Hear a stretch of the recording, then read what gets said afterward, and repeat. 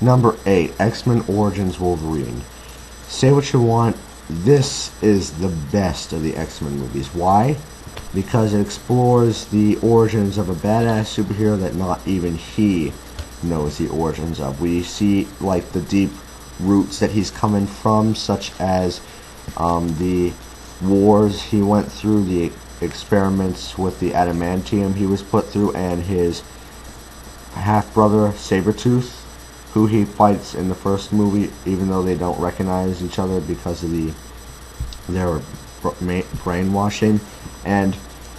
But what really made this movie work was Hugh Jackman as Wolverine. I do not think that anybody can replace this guy as Wolverine. He is not an actor playing Wolverine. He is Wolverine. Nobody can replace Hugh Jackman. And it's the same thing with a lot of the other characters. They didn't get much of the powers right, like with some of the characters, but other characters like Liev Schreiber as Sabretooth, Ryan Reynolds as Deadpool, and some of the other characters like the Blob and Agent Zero, they play the characters perfectly. They really did their studying on the characters, and Gambit did a really good job too. I'm surprised that a lot of people bashed his performance, but I thought he did a really good job.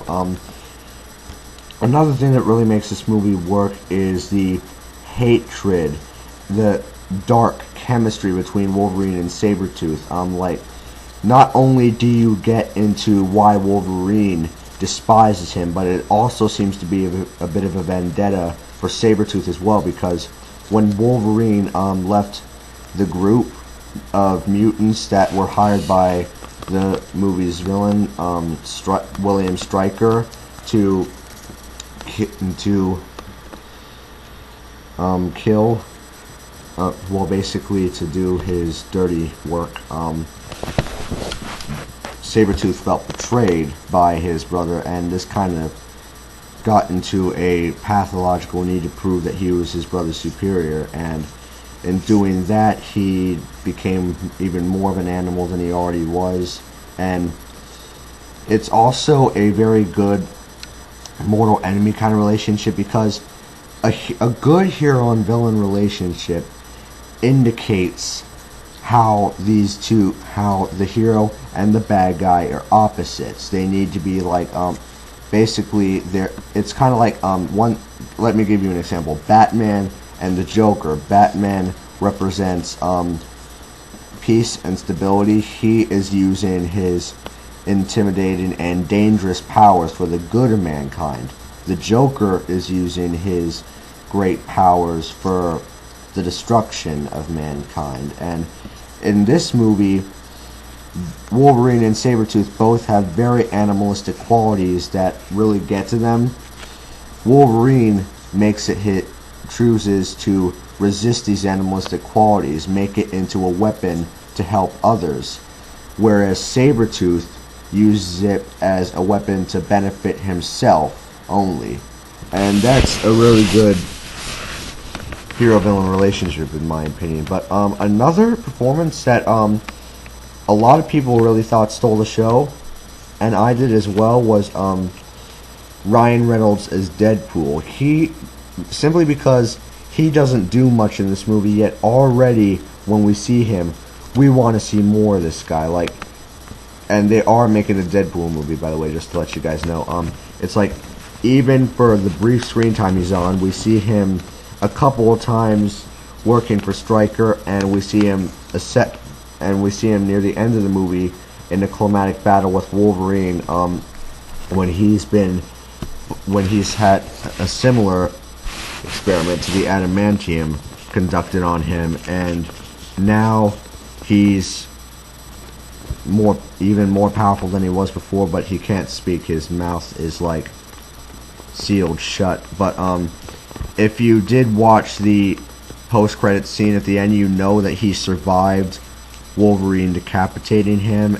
But yeah, that was something that really pissed me off. And not this movie, but on Starz or HBO, whichever, HBO, that was it. they put the movie on HBO, and I guess this was like a censorship rule. They replaced his post-credit scene of his head coming back to life and shushing the audience to a scene of Wolverine drinking at the bar to remember that. And it basically, we're getting into where Wolverine is now. I can respect that, but we already began off that in the first movie, so we don't need to see it. And but when it comes to this character, a very interesting character who had very little screen time and who was a complete badass we probably want to see again, we need to know that he's still alive, because like, to just kill him off like that is a waste of a character. And it was a relief when I saw the post-credit scene in the movie, though. And another thing that like really benefits the series is the romance.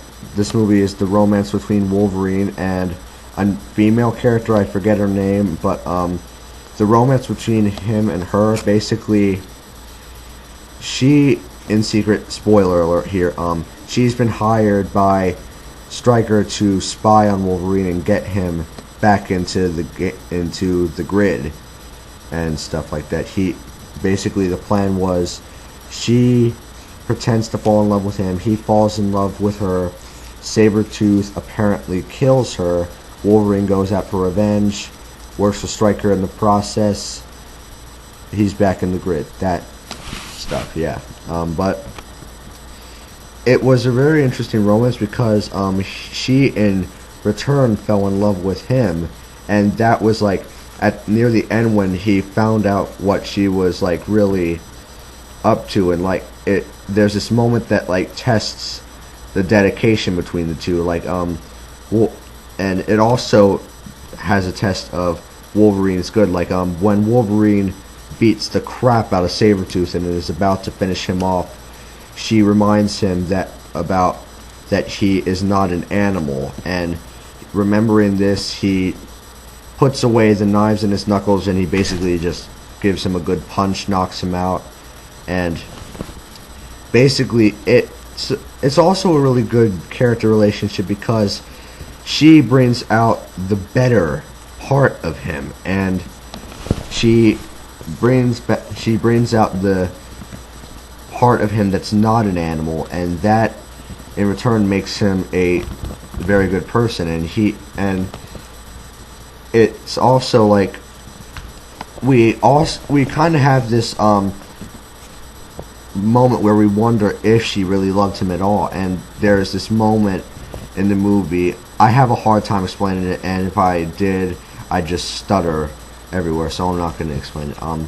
But it really does show that these two do love each other, and that's a really tragic part of the ending of the movie, because she dies at the end. One of the guards shoots her, and Wolverine is unable to get her to a hospital in time, and then Stryker gets him in the head with an adamantium bullet, and he loses his memory. But he doesn't die, he has regenerative abilities. And by the time he wakes up, she's already dead, and he doesn't remember her. But another thing was, I'm just going to throw this in right now, the special effects were great, the action was probably the best of that year. 2008 was that when it came out? I forget. But yeah, another thing, but as good as this movie was, it did have some flaws. This is not a great movie, but it is a good one. One is the character of William Stryker was just not a very good bad guy. He wasn't that bad a villain, but he was just like typical.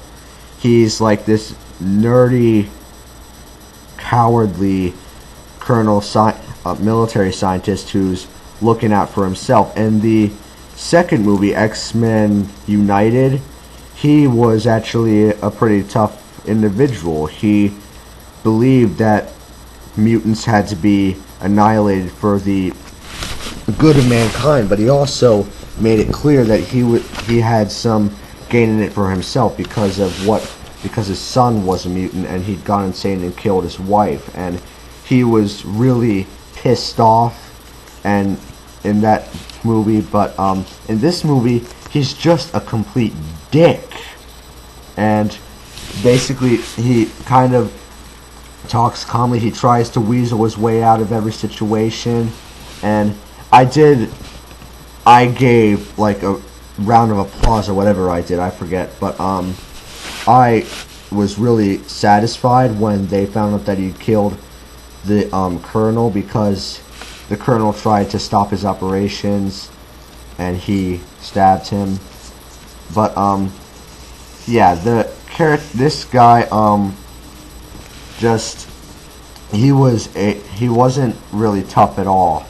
In fact, he was a complete coward. He was just a complete, like, he was just a rip-off character. We've seen his kind before. The smug snake is what I like to call them, and because they think they're all big and bad and stuff, but they're just pussies. I didn't put that right. Anyway, yeah, I have a really hard time describing like how I hate things. But anyway, this was a really good movie. Best of the X-Men films in my opinion, with good character relationships, a strong supporting cast, and some pretty good acting. But the villain could have used some work, a lot of work actually. So that's my review of X-Men Origins Wolverine. And before I go, I just want to give out my opinion of Bin Laden's death. A lot of people have been debating on whether burying him at sea was right. I say the bastard deserves no more. He killed, after all the people he killed, he deserved no respect at all. So, fuck you, Bin Laden. See you later.